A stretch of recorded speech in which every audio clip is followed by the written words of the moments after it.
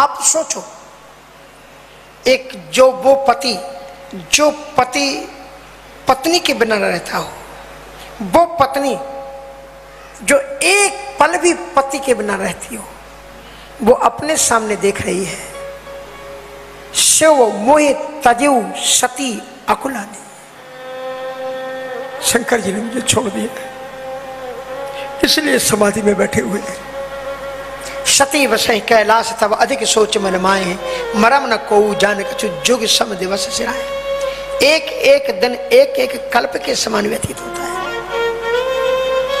सती जी रोज उठती हैं, फूल ला के रख देती हैं, पूजन का चंदन घिस के रख देती हैं, पानी रख देती हैं, लेकिन शिव आंख नहीं खोलते हैं, कुछ बोलते नहीं।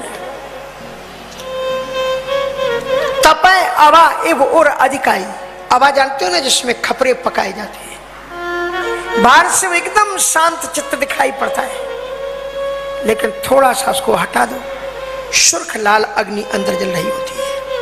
सती जी की यही स्थिति है कि रुद्रगणों के बीच में सहज सामान्य की तरह सब काम कर रही है, पूजन कर रही है, जल चढ़ा रही है, सब कर रही है, लेकिन हृदय से उनका हृदय जल रहा है। सती जी से बर्दाश्त नहीं हुआ, उन्होंने ब्रह्मा जी के ऊपर एक केस कर दिया और ब्रह्मा जी की अदालत में एक केस की फाइल बढ़ाई। क्या कहा ब्रह्मा जी से कि या वो विधि से बूझिए नहीं तो, अब विधि से बूझिए नहीं तो, शंकर विमुख बस मोही, शंकर विमुख जिया बस मोही। हे विधाता, अब आपको इतना समझ में आता नहीं? अब विधि अर्श बूझिए नहीं तो ही, शंकर जी से विमुख करके मुझे जिंदा क्यों रखे हो?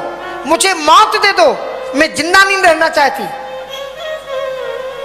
ब्रह्मा जी ने क्या कहा?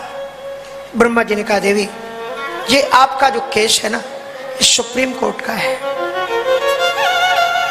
और ये हमारे यहां हाई कोर्ट है। सुप्रीम कोर्ट का केस हाई कोर्ट में सुलझाया नहीं जा सकता है। रामायण में दो विधाता हैं और रामायण में दो सरस्वती हैं। अगर आपने नहीं पढ़ा है तो आप कोशिश करना, खोजना।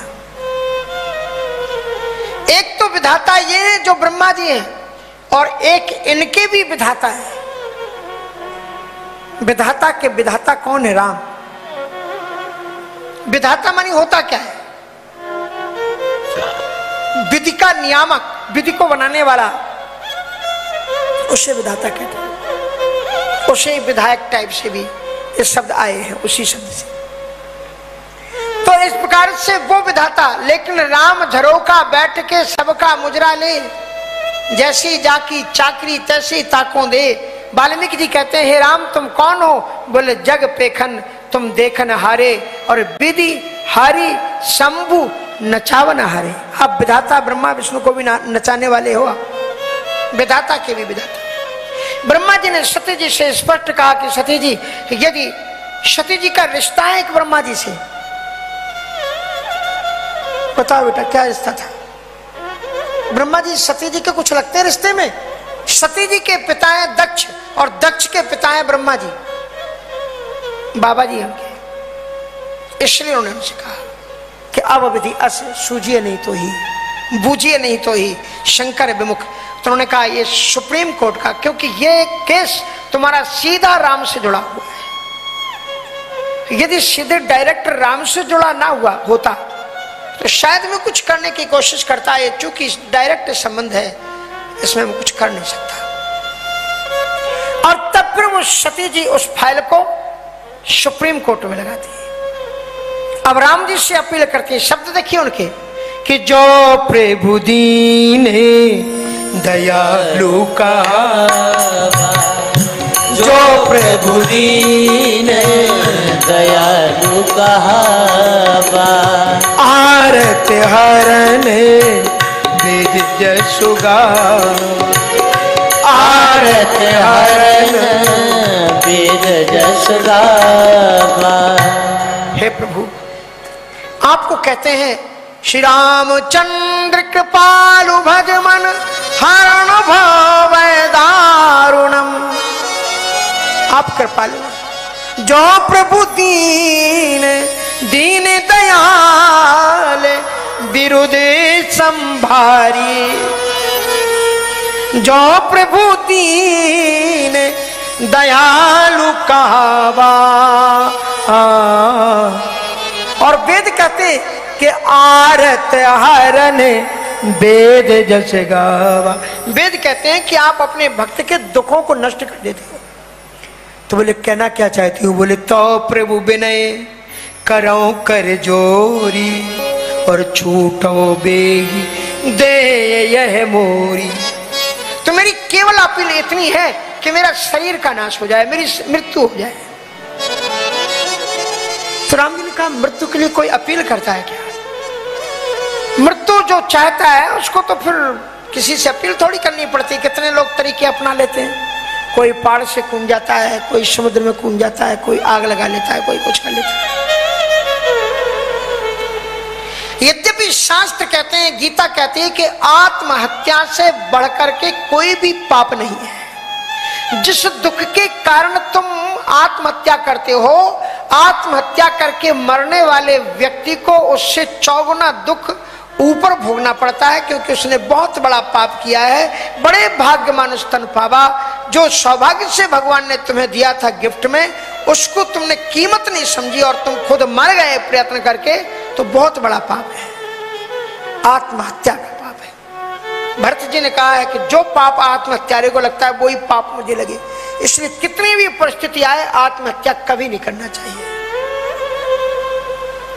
आए सब विपदाएं आए, मेरे मग में शूल बिछाएं, शपथ उन्हें बढ़ते यौवन की, रोकें या फिर खुद रुक जाएं। मैंने लक्ष्य बनाना सीखा, मैंने सिद्ध बनाना सीखा, लक्ष्य सिद्ध के लिए निरंतर मैंने मर मिट जाना सीखा। अपना तो चलना अविरल है, संबल गति ही मेरा बल है। बाधाओं को आज चुनौती, देखें किसमें कितना बल है। कितनी भी बड़ी समस्या हो, सीना तान करके खड़े हो जाओ, समस्या आपको नतमस्तक होकर के चली जाएगी। आपने स्वामी विवेकानंद जी का एक चित्र देखा होगा, ऐसे खड़े हुए, देखा है ना? ज्यादातर ये चित्र स्वामी विवेकानंद, ये कहाँ का चित्र है मालूम है? ये मुझे बनारस में पता नहीं चला, वो बनारस का चित्र है। कश्मीर में मैं गया हुआ था, वहां पर विवेकानंद जी का स्मारक बना हुआ है। वहां उस चित्र के नीचे लिखा हुआ था कि स्वामी विवेकानंद जी वाराणसी में आए, संकट मोचन का दर्शन किया और बंदर ने दौड़ा लिया, उनके हाथ में डिब्बे का प्रसाद था। और बंदर ने दौड़ाया तो 20-22 वर्ष के विवेकानंद जी भागे। और जब विवेकानंद जी भागे तो एक बुढ़ा सन्यासी देख करके हंस रहा था, है नौजवान क्या भाग रहा है? इन बंदरों की तरफ मुंह करके ऐसा सीना तान करके खड़ा हो जा, फिर देख क्या होता है। और जो ही विवेकानंद जी पलटे और बंदरों की तरफ मुंह करके खड़े हुए, क्यों ही बंदर सब पीछे हुए करके खड़े हो गए। तुम भागोगे तो आपत्तियां तुम्हें दौड़ाएंगी। कहा कि कमजोर व्यक्ति है, इसको दौड़ाओ, इसे परेशान करो। थोड़ा सा शरीर में सिर में दर्द हुआ और बैठ गए खड़े, बीमार हो गई, बुखार आ गया है, कुछ चल नहीं पा रहे। तो नहीं बुखार होगा तो बुखार तुम पर जरूर आ जाएगा, समझ लेगा ये कमजोर आदमी है। हाँ, यहीं पर वैकेंसी है, यहीं पर रहो। और कितना भी तबीयत खराब हो, उठ के okay I can do everything, don't worry about me, I am. और जहां से तुमने कहा तो आपत्तियां भाग जाएंगी, भैया ये तो बड़ा बलवान है, इससे कुछ होने वाला नहीं। और इस प्रकार से आपत्तियों से कभी डरो मत, आपत्तियों के सामने खड़े हो जाओ। तो राम जी जब खड़े होते हैं समुद्र के सामने, जहां से बाण उठाते हैं, लक्ष्मण बाण सरासन आनु, तो फिर देखो फिर समुद्र क्या करता है। पढ़ो सुंदर कांड को। किस लिए है रामायण? इसीलिए तो है कि उनको पढ़ के जीवन में उतारो कुछ। क्या करें महाराज, सब लुट गया, मिट गया, हमारा खेत बर्बाद हो गया, संपत्ति चली गई, हम तो इतने बड़े थे, रईस थे। एक अमेरिका में सज्जन मिले, बोले महाराज हम इंडिया में पहले इतने धनवान थे, इतने धनवान थे कि ऐसे लोग तो हमारे बाहर बैठते थे, अंदर आ ही नहीं पाते थे, अब देखो कैसे सीना तान के बैठे। हमने कहा कि आप अपने दुख से दुखी नहीं हो जितने इनके सुख से सुखी हो रहे। जिस कुर्सी पर क्यों बैठा है? लोग इसी से दुखी, जो कुर्सी पर क्यों बैठा है? ये तो हमारे पास बैठने लायक नहीं था, जो कुर्सी पर बैठ गया। अब बोलो उस आदमी को तुम सुखी कैसे कर सकते हो? श्री ब्रह्मा जी उन्होंने कहा कि मरने के लिए कोई रास्ता नहीं ताकना पड़ता। उसके बाद में भगवान शंकर जी ने, राम जी ने एक उपाय बना दिया। क्या उपाय बनाया भगवान शंकर जी ने? शंकर जी के दिल में राम जी ने उचाट पैदा कर दी। शंकर जी तो 1 लाख के लिए ही बैठे होंगे, पर राम जी ने कहा कि अब मेरे पास आपका केस आ गया है और अब ये आपकी मनमानी चलने नहीं देंगे। और इसलिए बीते संबत सहस 87 तजी समाधि शंभु अविनाशी। बीते संबत सहस 87 तजी समाधि शंभु अविनाशी। राम नाम शिव सुमिरन लागे, राम नाम शिव सुमिरन लागे, जान्यू सती जगत पति जागे, जान्यू सती जगत पति जागे। भगवान शंकर जी जब समाधि में बैठते हैं तब भी क्या करते हैं? बोले राम नाम गाते हैं। और जब समाधि खुल जाती है तब भी क्या करते हैं? राम नाम गाते हैं। हम जब सुबह स्नान करते हैं 10 मिनट के लिए ठाकुर जी के सामने जय हनुमान ज्ञान गुण सागर जगह बीच, दोनों बटन भी लगाते जाएंगे, करता जय हनुमान ज्ञान गुण सागर जगह बीच। और जहां से पाठ पूजा हो गया फिर तो भूल के भी भगवान का नाम नहीं आएगा। और अच्छे शंकर जी की तरह भक्ति उनकी होती है जो पूजा 2 घंटा करें उसमें भी राम नाम, और उठ के भी खड़े भी हो जाएं, भोजन भी करें, चलें फिरें तो भी राम नाम। ऐसे चलते फिरते हरते समय पर हरदम उनका नाम तुम्हारी जिह्वा पर बना रहे, इसी का नाम है। और जिस जिह्वा में राम का नाम ना हो वो जिह्वा किसी काम की नहीं है। और उसे तो किसी संत ने कहा ऐसी जीव जिसमें राम नाम का उच्चारण ना हो, ऐसी जीव जलकर के खाक हो जाए। जल जाए जिह्वा पापनी राम के बिना, जल जाए जिह्वा पापनी राम के बिना, जल जाए जिह्वा पापनी राम के बिना। ओ जल जाए जिह्वा पापनी राम के बिना, राम के बिना हो, राम के बिना हो, घन श्याम के बिना। जाए जिह्वा पापनी राम के बिना, जल जाए जिह्वा पापनी राम के बिना। ये बहुत पुराना भजन है, किसी संत का लिखा हुआ। इसके एक एक शब्द को सुनोगे तो तुम्हारे मन में करंट सा लगेगा और आपको वास्तविक ज्ञान की उपलब्धि हो जाएगी। वह जीव जलकर के खाक हो जाए जिसमें राम नाम ना हो। पक्षी पंख बिन हस्ती दंत बिन गई क्षीर बिना, पक्षी पंख बिन हस्ती दंत बिन नैनो क्षीर बिना, विप्र ज्ञान बिन क्षत्रि आन बिन नैनो क्षीर बिना, विप्र ज्ञान बिन क्षत्रि आन बिन धर संतान बिना। मोर का जैसे प्रता नाचना, मोर का जैसे प्रता नाचना, घट घनश्याम बिना। जल जाए जिह्वा पापनी राम के बिना, जल जाए जिह्वा पापनी राम के बिना।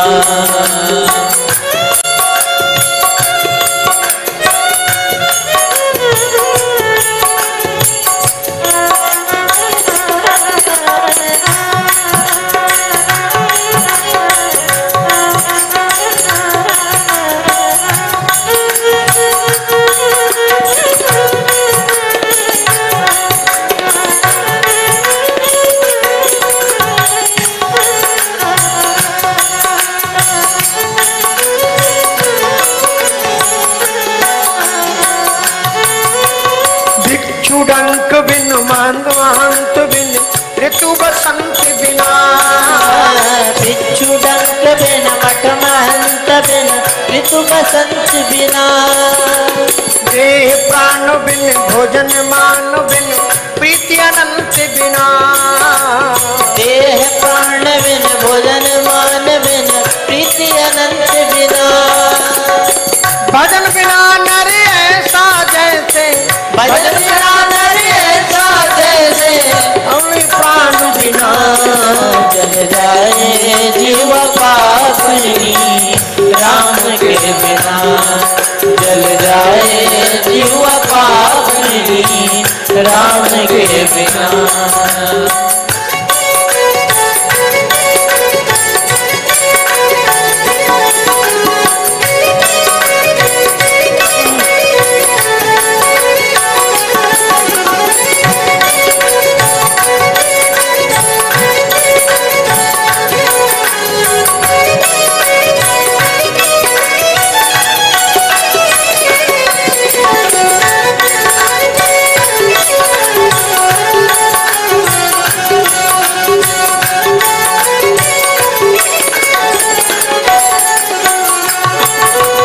योगी ध्यान बिन भोगी काम बिन गायन राग बिना। योगी ध्यान बिन भोगी काम बिन गायन राग बिना। राजा रूप बिन दिवस धूप बिन खेत किसान बिना। राजा रूप बिन दिवस धूप बिन खेत किसान बिना। व्यर्थ भ्रमण भाषण नहीं अच्छा, व्यर्थ भ्रमण भाषण नहीं अच्छा, साचे ज्ञान बिना जल जाए जीव पापनी राम के बिना। जल जाए जीव पापनी राम के बिना।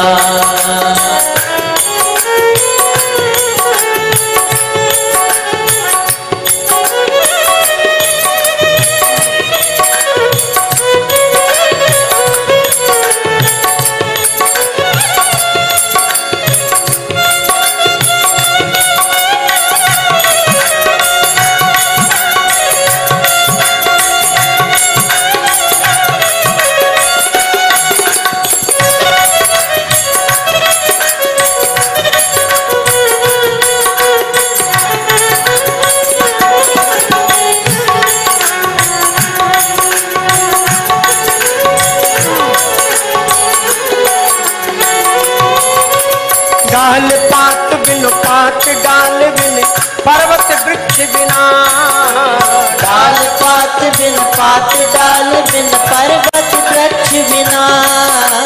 डाल पात बिन पात डाल बिन पर्वत वृक्ष बिना। पात डाल बिन पात डाल बिन पर्वत वृक्ष बिना। दीप तेल बिन मित्र मेल बिन मंदिर मूर्ति बिना।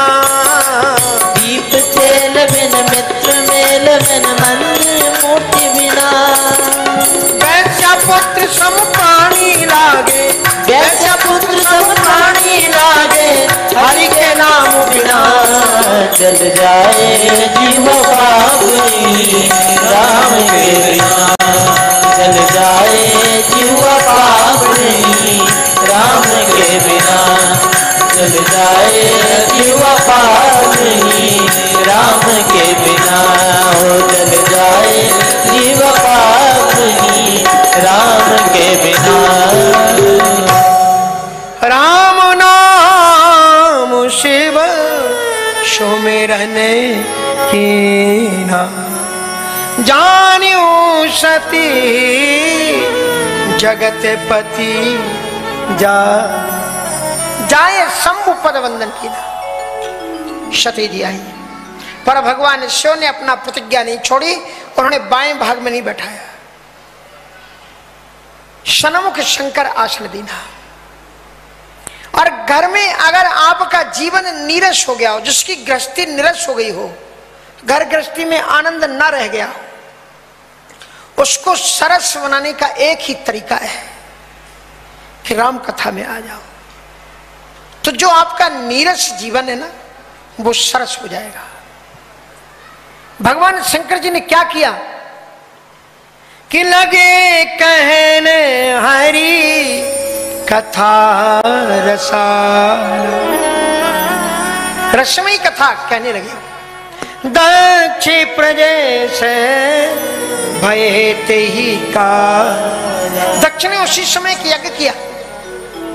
शिव महापुराण में बड़े विस्तार से वर्णन है कि यज्ञ का उद्देश्य क्या था। कोई भी यज्ञ, कोई भी अनुष्ठान, कोई भी जप तप साधन सफल तभी होता है जब दो चीजें उसमें हो, श्रद्धा और विश्वास। और जिस जप तप साधन अनुष्ठान यज्ञ में श्रद्धा और विश्वास ना हो वो बड़े भयानक होते हैं। ऐसा ही एक यज्ञ था जिसमें ना तो श्रद्धा को बुलाया गया है और ना विश्वास को बुलाया गया है। और ऐसा हम अक्सर कभी कभी करते हैं जीवन में।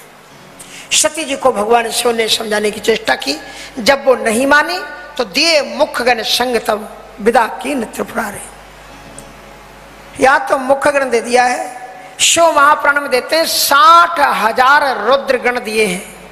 ऐसे नहीं सती जी को भेजा है, सवारियां दी हैं और यज्ञ विध्वंस जायतन की ना विशाल। सती जी वहां पर गई।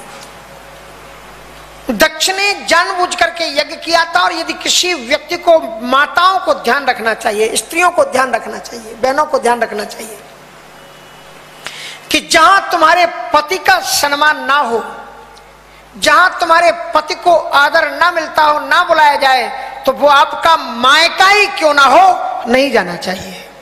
ये मैं नहीं कहता, सती जी का चरित्र बता रहा है। क्योंकि किसी व्यक्ति को अगर ऐसे तुम्हारे पति को अपमान करने का अवसर नहीं मिलता तो वो तुम्हें अपमानित कर देगा। और पत्नी का अपमान पति का ही अपमान होता है। श्रीमद् भागवत में रुक्मिणी जी ने अपने पत्र में लिखा है श्री कृष्ण से कि यदि ये शिशुपाल मुझे यहां से ले गया तो मेरी इज्जत नहीं जाएगी, तुम्हारी इज्जत जाएगी। क्योंकि अगर सिंह की पत्नी को कोई श्यार उठा के ले गया तो फिर शेर मुंह दिखाने लायक नहीं रहता। इसलिए आपकी प्रतिष्ठा आप बचाना। पर माताओं को खुद भी कदम सावधानी से उठाना चाहिए। दक्ष ने पहले से मना कर रखा था कि यदि शिव तो आएंगे ही नहीं, सती आ भी जाए तो कोई सम्मान देना नहीं। इसलिए दक्ष त्रास काहू न सम्मानी, किसी ने उनका सम्मान नहीं किया। सादर भले ही मिली एक माता। माँ का एक दिल ऐसा होता है। वो सती जी को उन्होंने देखा कि सती जी की आंखों में आंसू है, दौड़ी और हृदय से लगा लिया, आंसुओं से पूछा। और माता ने कहा कि बेटा, दुख सुख जिसमें दोनों रहते, जीवन है वह गांव, कभी धूप कभी छांव। जो विषम परिस्थिति में आपको संभाल ले उसी को धीरशाली कहते हैं। चिंता मत करना, सब ठीक हो जाएगा। सती जी ने कहा कि मां ठीक क्या होगा। कभी भी बेटी के जीवन में दुख आता है, ससुराल में अगर दुख होता है तो वो फिर सोचती है कि अवसर मिलेगा तो मैं मायके जाऊंगी और मां के आंचल में अपना सिर रखूंगी। पिता का स्नेह में आशीर्वाद का हाथ मिलेगा तो मेरा दुख दर्द हो जाए, दूर हो जाएगा। मेरा ससुराल तो ऐसी मिली, पति तो इतना महान मिला कि मैंने जानबूझ करके उसकी जो आस्था के सैकड़ों टुकड़े कर दिए, लेकिन फिर भी मेरे पति ने एक बार भी नहीं किया, कहा कि सती तुमने क्या किया है। ऐसा मेरा पति है। आज मैं कहीं नहीं रोई। आज मेरा दुर्भाग्य ऐसा है कि मैं अपने माँ बाप के घर में आकर के रो रही हूं। ऐसा रोना मुझे वहां नहीं मिला। सती ने कहा कि मां कोई बात नहीं है, मैं सब बर्दाश्त कर सकती हूं, लेकिन कोई भी श्रेष्ठ स्त्री अपने पति का अपमान बर्दाश्त नहीं कर सकती। सामने विशाल यज्ञशाला बनी हुई थी, ध्वजाएं लहरा रही थी। रोकने पर भी सती जी नहीं मानी, सीधे वहां पर चली गई। यज्ञ में आपने देखा होगा ईशान कोण में शिव जी की स्थापना होती है, शंकर जी का कोई स्थान नहीं था। सकल समय हटक तब बोली बचन सको, सुनहु सभासद सकल मुनिंदा, कही सुनी जिन शंकर निंदा, सो फल तुरत लहव सब का। भली भांति खड़ी हो गई और जो ही रोष में खड़ी हुई, सती शक्ति में है और उनके रोम रोम से अग्नि की किरणें लपलपाने लगी, लोग जलने लगे, भगदड़ मच गई यज्ञ स्थली में। पिताजी ने सोचा मैं यज्ञ को संभाल लूं, आगे बढ़े, बेटी बेटी बेटी ये क्या हो रहा है? तो सती जी ने कहा पिताजी दूर ही रहना, जल करके खाक हो जाओगे, स्पर्श मत कर लेना मुझे तुम अभी, क्योंकि तुम्हारे इस अहंकारी शरीर के शक्ति के द्वारा मेरा शरीर पैदा हुआ है, इसलिए मुझसे यह अपराध हुआ है। तजहो तुरंत दे ते हेतु उर्धर चंद्रमौली वृक्ष केतु। भगवान ने शिव का ध्यान किया और सती जी ने संकल्प ले लिया कि मैं शरीर का त्याग करूंगी। लेकिन सती मरत हरिशन बारी मांगा, सती मरत हरिशन बारी मांगा, जन्म जन्म शिव पद अनुरागा, जन्म जन्म शिव पद अनुरागा। सती जी ने योगाग्नि से अग्नि को प्रकट किया। अग्नि में प्रवेश करने के पहले हाथ जोड़े, श्री राम जी को ध्यान किया, कहा मैंने कोई गलती नहीं की है जीवन में, और यदि गलती हुई है तो उसमें कहीं ना कहीं आपकी ही गलती है। आपकी इतनी प्रबल माया थी, मैं कुछ समझ नहीं पाई और जिसके कारण से मुझसे गलती हुई है।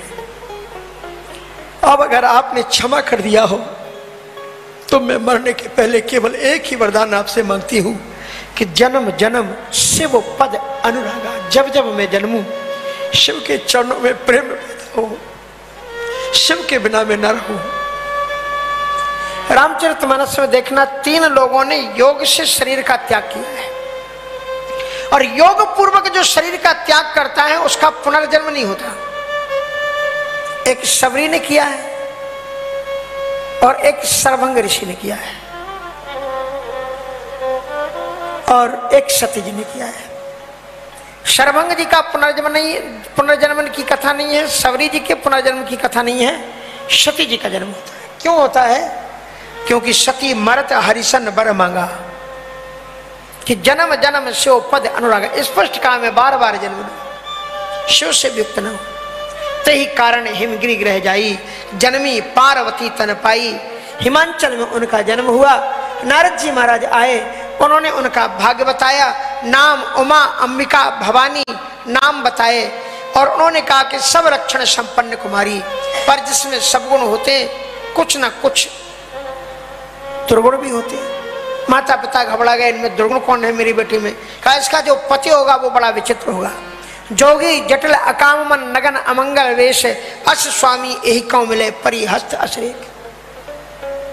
इसका पति जोगी होगा। अब जोगी का मतलब लोग सोच लेते हैं कि लाल कपड़े रंगा करके ऐसी वो बीणा बजा करके मांगने वाला होगा, पर जोगी वो होता है जो परमात्मा से जुड़ गया हो, वो जोगी होता है। जोगी जटिल अकाम मन नगन अमंगल वेश।